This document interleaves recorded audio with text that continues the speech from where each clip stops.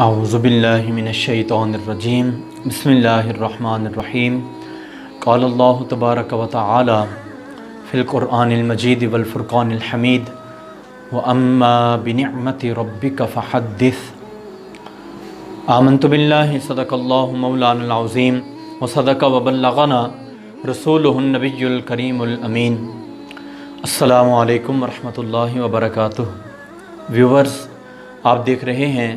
Channel 94 news. Programme فکر قرآن کے حوالے سے عید کے عنوان سے آج ہمارا خصوصی پروگرام ہے۔ اللہ رب العزت وحدہ لا شریک نے قرآن مقدس کے اندر ارشاد فرمایا وَأَمَّا بِنِعْمَةِ رَبِّكَ فَحَدِّثْ، لیکن جب تمہیں تمہارے رب کی طرف سے نعمت ملے تو خوب اس کا چرچا اور اظہار کرو۔ یہ حکم ربانی ہے۔ یقیناً بہت سے انعامات اور بہت سی نعمتیں، احسانات رب ذوالجلال وحدہ لا شریک نے لوگوں کے اوپر فرمائے ہیں۔ بندوں کو چاہیے، ہمیں چاہیے کہ اللہ رب العزت وحدہ لا شریک کا شکر ادا کریں اور اس کی نعمتوں کا پرچار کریں۔ عید الفطر یا عید الاضحیٰ کا موقع، یہ بھی مسلمان کے لیے بہت بڑی نعمت ہے، رب تعالیٰ کا بہت بڑا فضل، کرم اور اس کا احسان عظیم ہے۔ عید کے حوالے سے اس کے چند ایک ضروری مسائل کے بارے میں، فضائل کے بارے میں تذکرہ ہے۔ تو فرمایا کہ عید دو طرح کی ہے، عید الفطر اور عید الاضحیٰ۔ اب فرمایا کہ انہیں عید کیوں کہا جاتا ہے؟ تو فرمایا سمی العید عیداً، عید کا نام عید اس لیے رکھا گیا لِأَنَّهُ يَعُودُ كُلَّ سَنَةٍ، کیونکہ وہ عید ہر سال کے اندر پلٹ پلٹ کے بار بار آتی ہے۔ وَهُوَ مُشْتَقٌ مِّنَ الْعَوْدِ، اور عید کا لفظ مشتق ہے، بنا ہوا ہے لفظ عود سے، جس کا معنی ہوتا ہے پلٹنا۔ اور فرمایا کہ کل اجتماع للسرور، ہر وہ اجتماع جو خوشی کے موقع کا ہو، فہو عند العرب عید، وہ اہل عرب کے نزدیک عید ہی شمار کیا جاتا ہے۔ ہر خوشی کا موقع، ہر وہ خوشی کا موقع، ہر خوشی کا ایونٹ جس موقع کے اوپر اہل عرب جمع ہو کے خوشی مناتے ہیں تو اس موقع کو وہ عید کا نام دیتے ہیں۔ کس وجہ سے؟ لِعَوْدِ السرور، کیونکہ وہ خوشی پلٹ کی آئی ہے، بار بار ان کے پاس آئی ہے، دوبارہ انہیں ملی ہے۔ پھر فرمایا عید کو عید اس لیے بھی کہا جاتا ہے لِأَنَّ اللَّهَ تَعَالَى يَعُودُ عَلَى الْعِبَادِ بِالْمَغْفِرَةِ وَالرَّحْمَةِ، کیونکہ اللہ رب العزت وحدہ لا شریک اپنے بندے کے اوپر اپنی مہربانیوں اور کرم نوازیوں کا نزول بار بار فرماتا ہے، جس طریقہ سے کہ اس کے گناہ معاف فرما دیتا ہے، اس کی ذات کے اوپر رحمتوں کا نزول فرما دیتا ہے۔ پھر فرمایا لیس العید لمن لبس الجدید، عید اس کی نہیں ہے جو نئے کپڑے پہنے، اگرچہ حکم دیا گیا عید کے مواقع پہ نئے کپڑے پہننے کا، خوشبو لگانے کا، جو بھی آداب اور شرائط ہیں وہ ہیں، لیکن فرمایا کہ جو نئے کپڑے پہن لے اس کی عید نہیں ہے۔ انما العید لمن امن الوعید، فرمایا عید اس کی ہے جو وعید سے بچ گیا، جسے اللہ رب العزت نے سزاؤں سے، عذاب سے نجات عطا فرما دی۔ فرمایا در حقیقت عید اس کی ہے، اور لفظ عید کی جمع اعیاد آتی ہے۔ پھر ارشاد فرمایا حضرت امام نووی رحمۃ اللہ تعالی علیہ آپ فرماتے ہیں ہیا، یعنی وہ عید عند الشافعی و جماہیر العلماء سنت مؤکدہ، فرماتے ہیں کہ حضرت امام شافعی رحمۃ اللہ تعالی علیہ اور جلیل القدر علماء کرام کے نزدیک سنت مؤکدہ ہے، اور علماء شافعیہ میں سے ایک جناب ابو سعید استخری ہیں، وہ فرماتے ہیں یہ فرض کفایہ ہے، اور حضرت جناب امام الائمہ کاشف الغمہ سراج الامہ جناب حضرت نعمان بن ثابت الکوفی البغدادی رحمۃ اللہ تعالی علیہ، آپ کا مذہب مبارک یہ ہے ہیا واجبۃن، کہ عید جو ہے یہ واجب ہے، اس کی ادائیگی بندے کے ذمہ میں واجب ہوتی ہے، اور اس کی وجہ کیا ہے کہ آخر یہ کیوں واجب ہے؟ تو فرمایا ووجہ الوجوب مواظبتہ علیہ الصلاۃ والسلام من غیر ترکن، فرمایا کہ وجوب کی وجہ، اس کا ریزن، اس کا سبب یہ ہے کہ اللہ کے پاک نبی علیہ الصلاۃ والسلام نے اس عید کے اوپر ہمیشہ مواظبت اور ہمیشگی فرمائی ہے، اور اسے کبھی بھی چھوڑا نہیں، تو فرمایا کہ یہ واجب کا درجہ رکھتی ہے۔ پھر فرمایا کہ اس کے اوپر ایک حدیث طیبہ یہ دلیل ہے، پہلے سبب بیان فرمایا، اب دلیل ہے۔ فرمایا حضرت علامہ ابن حبان نے صحیح ابن حبان کے اندر اس روایت کو بیان فرمایا، ان اول عید صلی اللہ النبی صلی اللہ علیہ وسلم عید الفطر، فرمایا کہ سب سے پہلی عید جسے اللہ کے پاک نبی علیہ الصلاۃ والسلام نے پڑھا وہ عید الفطر ہے۔ فرمایا سب سے پہلی عید جسے اللہ کے پاک نبی علیہ الصلاۃ والسلام نے ادا فرمایا وہ عید الفطر ہے۔ پھر ارشاد فرمایا فی السنۃ الثانیہ من الہجرہ، ہجرت کے دوسرے سال اللہ کے پاک نبی علیہ الصلاۃ والسلام آپ نے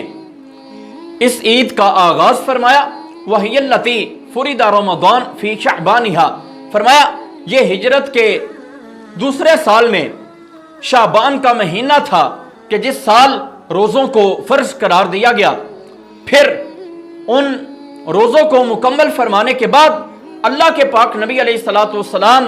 آپ نے عید کو منایا، ثم داوم صلی اللہ علیہ وسلم الی ان توفاہ اللہ تعالی، پھر اللہ کے پاک نبی علیہ الصلاۃ والسلام نے اس کے اوپر ہمیشگی اور مداومت فرمائی، حتیٰ کہ اللہ رب العزت وحدہ لا شریک نے آپ کی ذات پاک کے اوپر وفات کو جاری کیا۔ حضرت پاک نبی علیہ الصلاۃ والسلام کا اس کائنات سے وصال با کمال ہوا، یعنی آپ اپنی ظاہری حیات طیبہ شریف کے اندر ہر سال 2 ہجری سے لے کر وفات شریف تک اپنی زندگی طیبہ کے اندر عید کو مناتے رہے۔ لہٰذا حضرت امام اعظم ابو حنیفہ رضی اللہ تعالی عنہ آپ فرماتے ہیں کہ یہ عیدیں واجب ہوتی ہیں۔ اب اس حوالے سے اس کی شان و عظمت، فضیلت اور کچھ مسائل حضرت جناب سیدنا ابو سعید خدری رضی اللہ تعالی عنہ، آپ حدیث طیبہ کے راوی ہیں، فرماتے ہیں کان النبی صلی اللہ علیہ وسلم یخرج یوم الفطر والاضحیٰ، اللہ کے پاک نبی علیہ الصلاۃ والسلام عید الفطر اور عید الاضحیٰ کے دن آپ تشریف لے جاتے الی المصلی، عیدگاہ کی طرف۔ اللہ کے پاک نبی علیہ الصلاۃ والسلام خود نکلتے، اصحاب کرام کو حکم فرماتے کہ عید پڑھنے کا موقع ہے، عید پڑھنے کا وقت ہے، آپ اپنے گھروں سے نکلیں، عیدگاہ کی طرف پہنچیں۔ فَأَوَّلُ شَيْءٍ يَبْدَأُ بِهِ الصَّلَاةُ، سب سے پہلے وہاں پہ جو پاک نبی علیہ الصلاۃ والسلام عمل مبارک فرماتے وہ یہ کہ حضرت پاک نبی علیہ الصلاۃ والسلام آپ نماز پڑھاتے، ثم ينصرف، پھر آپ وہاں سے فارغ ہوتے۔ اب یہاں پہ علماء کرام فرماتے ہیں اللہ کے پاک نبی علیہ الصلاۃ والسلام عیدگاہ کی طرف نکلتے تو فرمایا مصلی العید بالمدینہ خارج البلد، فرمایا کہ شہر سے ذرا تھوڑا سا باہر مدینہ طیبہ کے اندر اللہ کے پاک نبی علیہ الصلاۃ والسلام آپ عیدگاہ کی طرف جاتے۔ وَهُوَ الْآنَ مَوْضِعٌ مَعْرُوفٌ، حضرت ملا علی قاری رحمۃ اللہ تعالی علیہ آپ فرماتے ہیں کہ وہ جگہ، وہ مقام جہاں پہ اللہ کے پاک نبی علیہ الصلاۃ والسلام نے عید کی نماز پڑھائی، فرمایا کہ وہ شہر سے تھوڑا سا باہر ایک جگہ ہے، اور وہ جگہ اب مشہور و معروف ہے، وَبِالتَّبَرُّكِ مَوْصُوفٌ، اور وہ جگہ اس لیے بھی مشہور ہے کہ اب وہاں سے برکت حاصل کی جاتی ہے۔ پھر فرماتے ہیں سنت طریقہ یہ ہے السنت ان یخرج الامام لصلاۃ العیدین، دونوں عیدوں کے مواقع پر ایک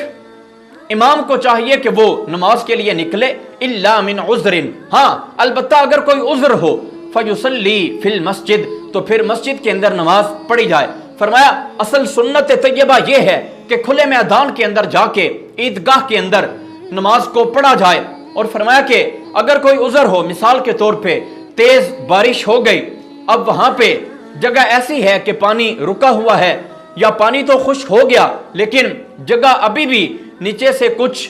نرم ہے، اس کے اندر کچھ نمی ہے، تو اس اعتبار سے لوگوں کے کپڑے وہ ملوث ہوں گے، تو فرمایا کہ اس صورت کے اندر مسجد کے اندر نماز پڑھی جا سکتی ہے، البتہ عمومی حالات کے مطابق صفائی کا انتظام و انصرام ہو اور پانی وغیرہ نہ ہو اور کوئی بھی اس طرح عذر شرعی نہ پایا جائے، تو پھر بندہ عیدگاہ کے اندر عید کی نماز ادا کرے، یہ ہی سنت ہے۔ سب سے پہلے عیدگاہ کے اندر اللہ کے پاک نبی علیہ الصلوۃ والسلام نماز پڑھایا کرتے، کیونکہ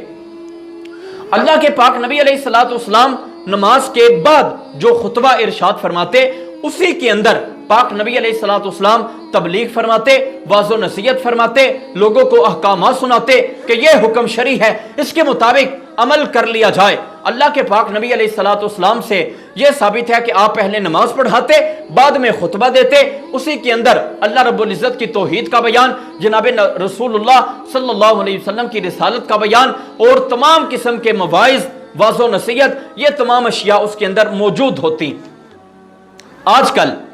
ہمارے ہاں ہمارے علاقوں کے اندر اپنی اپنی زبان کے اندر پہلے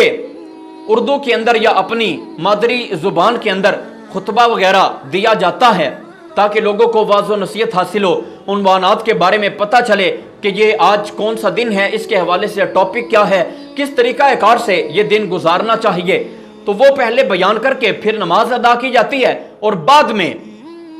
خطبہ دیا جاتا ہے، پھر دعا مانگی جاتی ہے، پھر فراغت ہو جاتی ہے۔ یہ شرعی طور پہ طریقہ کار ہے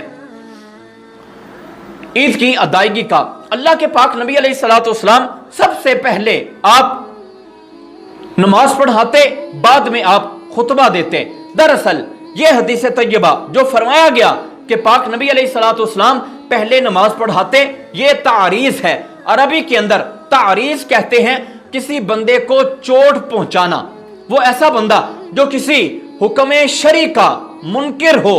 اور اس کو لاگو کرنا چاہتا ہو ہمیشہ کے لیے، تو اس بندے کے اوپر چوٹ پہنچائی جاتی ہے۔ یہ چوٹ مروان بن حکم کے اوپر ہے، جس نے یہ چاہا کہ عربی خطبے کو مقدم کیا جائے، پہلے رکھا جائے اور نماز بعد میں پڑھی جائے، اور وہ یہ چاہتا تھا کہ اس قانون کو ہمیشہ کے لیے جاری کر دیا جائے۔ تو حدیث طیبہ کے اندر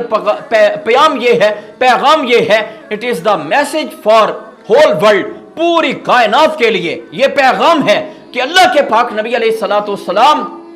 آپ کی سنت طیبہ اور آپ کا عمل شریف یہ ہے کہ پہلے نماز کی ادائیگی کو یقینی بنایا جائے اور عربی خطبہ اس کے بعد دیا جائے۔ پھر فرمایا ثم ینصرف، اللہ کے پاک نبی علیہ الصلوۃ والسلام نماز کا سلام پھیرتے اور فارغ ہو جاتے، فیقوم مقابل الناس، اور اللہ کے پاک نبی علیہ الصلوۃ والسلام زمین کے اوپر تشریف فرما ہو کے لوگوں کی طرف رخ فرماتے اور فرمایا والناس جلوس علی صفوفہم، لوگ اپنی صفوں کے اوپر اسی طرح بیٹھے رہتے جس طرح نماز کی حالت کے اندر التحیات پڑھتے وقت لوگ باقی بیٹھے رہتے تھے، اسی طرح فرمایا لوگ بیٹھے رہتے، اللہ کے پاک نبی علیہ الصلوۃ والسلام کھڑے ہو جاتے اور خطبہ ارشاد فرماتے۔ یاد رہے منبر کے اوپر خطبہ یہ جمعہ شریف کے لیے ہے، عید کے لیے خطبہ یہ منبر کے اوپر نہ ہوگا، البتہ اگر امام صاحب کو کوئی عذر وغیرہ ہو، بیمار ہو، گھٹنوں کا درد ہو، تو وہ کرسی وغیرہ کے اوپر بیٹھ کے یا منبر کے اوپر بیٹھ کے خطبہ دے سکتے ہیں، بغیر کسی شرعی عذر کے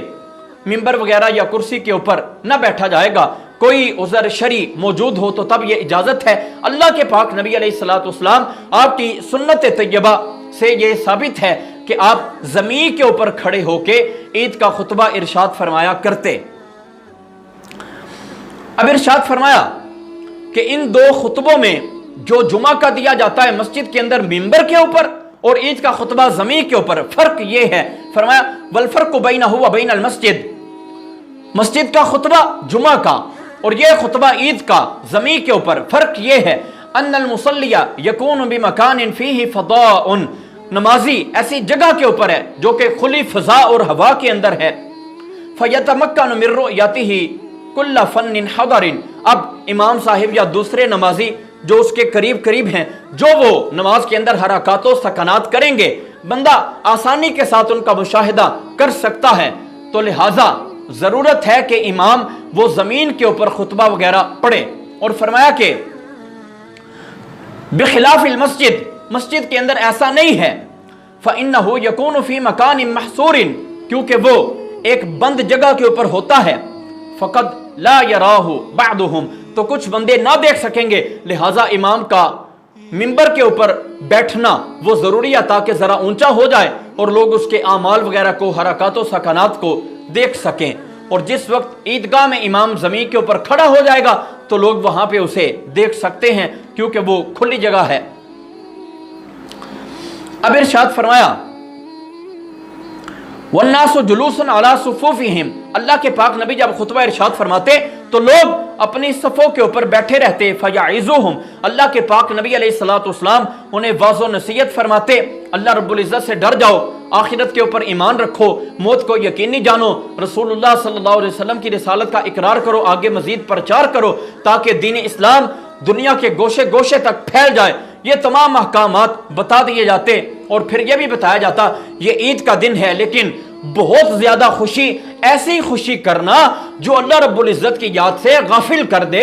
یہ منع ہے۔ تو فرمایا یہ تمام خطبوں کے اندر بتا دیا جاتا تاکہ لوگ عمل کے رستے کے اوپر چل پڑیں، اور اللہ کے پاک نبی علیہ الصلوۃ والسلام انہیں وصیت فرماتے کہ اے لوگوں اللہ رب العزت سے ڈر جاؤ۔ فرمایا یہ تقوی کا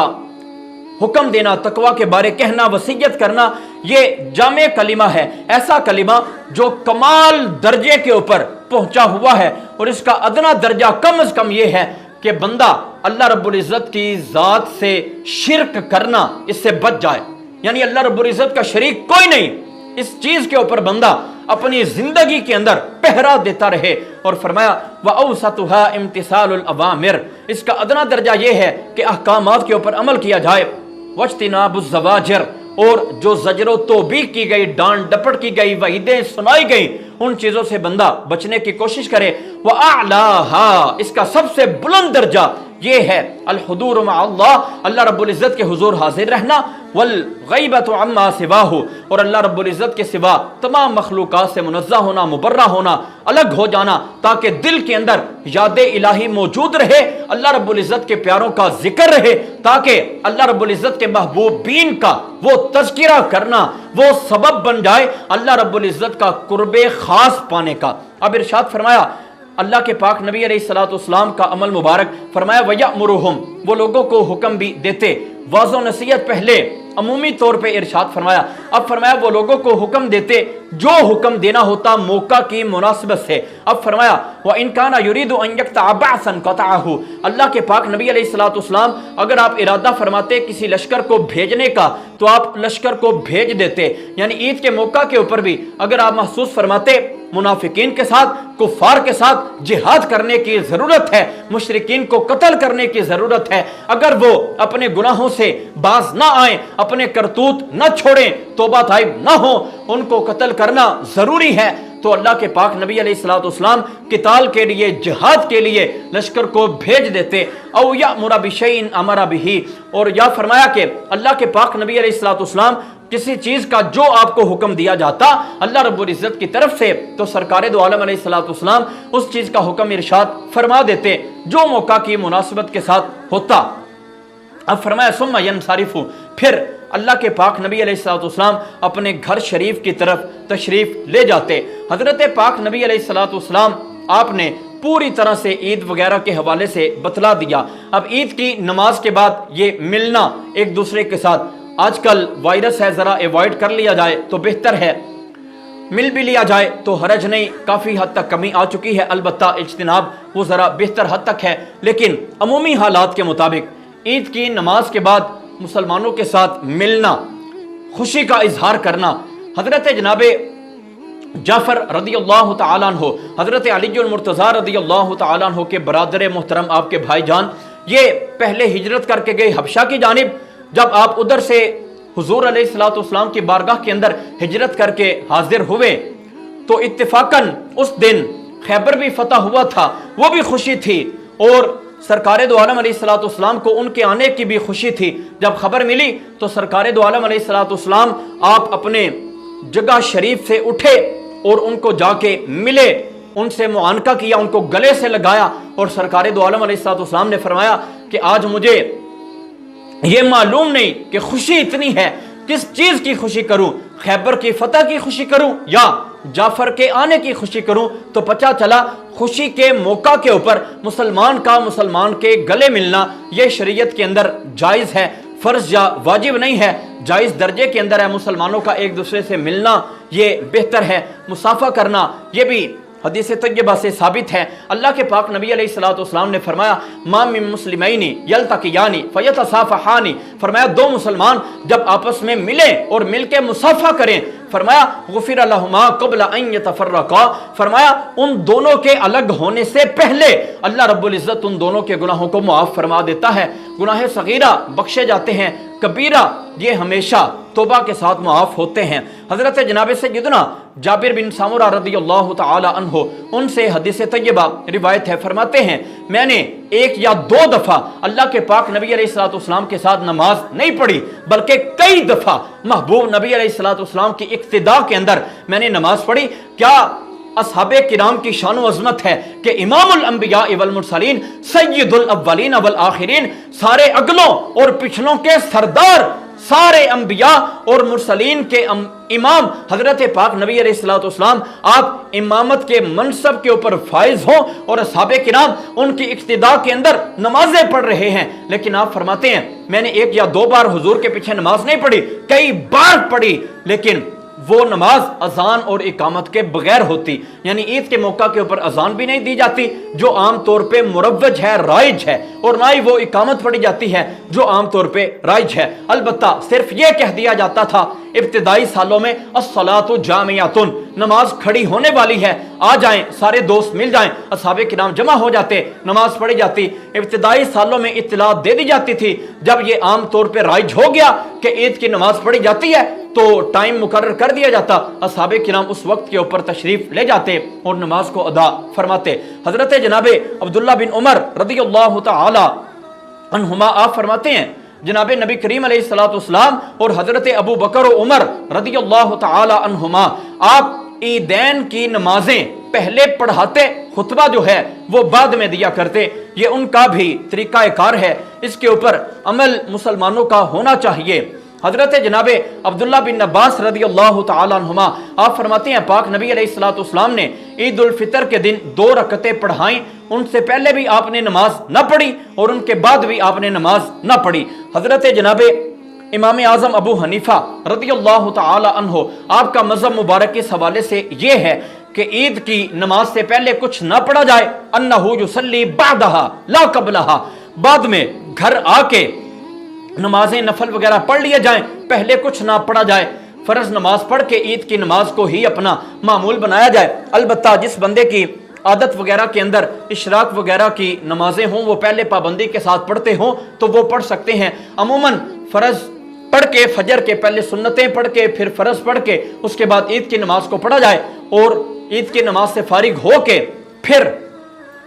بندہ اپنے گھر میں آ کے نفل وغیرہ پڑھ سکتا ہے، اور یہ جناب نبی کریم علیہ الصلوۃ والسلام آپ کا عمل شریف ہے۔ حضرت ابو سعید خدری رضی اللہ تعالیٰ عنہ آپ فرماتے ہیں پاک نبی علیہ الصلوۃ والسلام آپ عید سے پہلے کچھ بھی نہ پڑھتے، یعنی فرض نماز پڑھنے کے بعد عید سے پہلے کچھ بھی نہ پڑھتے۔ فَإِذَا رَجَعَ إِلَى مَنْزِلِهِ، جب آپ اپنے گھر مبارک کے اندر تشریف لے آتے، صَلَّى رَكْعَتَيْن، تو پھر آپ 2 رکعتیں ارشاد فرماتے، اللہ رب العزت کے حضور کھڑے ہو کے آپ انہیں ادا فرماتے۔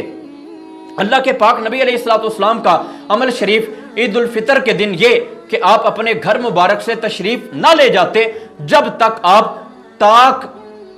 مقدار میں کھجوریں وغیرہ نہ کھا لیتے، وہ 3، 5، 7، 9، 11 وغیرہ طاق مقدار کے اندر آپ کچھ استعمال کر کے آپ تشریف لے جاتے، کیونکہ اس سے پہلے روزے تھے، اب حکم دیا فطر کا یعنی روزہ افطار کرنے کا، تو خود عملاً کر کے بھی دکھا دیا۔ عید الاضحیٰ کے موقع کے اوپر زیادہ مناسب اور جائز یہ ہے کہ بندہ اس دن سب سے پہلے اگر کچھ کھائے تو وہ قربانی کا گوشت ہو، اگر قریب ہو کے وقت قریب ہے آسانی سے وہ گوشت میسر ہو جائے گا، اگر دیر ہو ذرا شام کے وقت ہو یا اگلے دن ذبح وغیرہ ہو تو پھر بندہ کچھ نہ کوئی چیز استعمال کر سکتا ہے۔